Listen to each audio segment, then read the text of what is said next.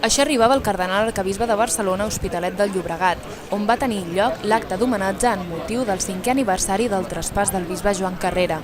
La multitud es va reunir a la plaça prop de la parròquia de Sant Isidre, on durant tants anys va predicar l'antic bisbe auxiliar de Barcelona i on ara llueix una placa en honor seu.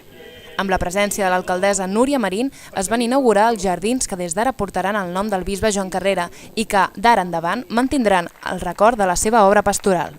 Les coses que ell va anar sembrant en tantes i tantes persones, predicant l'Evangeli, donant bons consells, ajudant els necessitats, etc., són les flors que hi han sortint, les flors que hi han sortint d'aquest jardí. A més dels ciutadans de la localitat, van assistir a l'acte altres personalitats com Jordi Pujol. Més tard, tots ells es van aplegar a la parròquia per a la missa commemorativa presidida pel cardenal Martínez Sistac.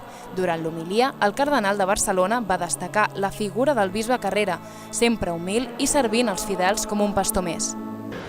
Pastor, va ser un pastor sempre des de que va rebre la vocació al sacerdoci, ja de petit, en seminari menor, seminari major, tenia un zel pastoral, un zel apostòlic. Estava intentant apropar les persones cap a Déu i a Déu a les persones, i això de moltes maneres, amb actes de misericòrdia corporals i espirituals, no només espirituals, també corporals, però no només corporals, també espirituals.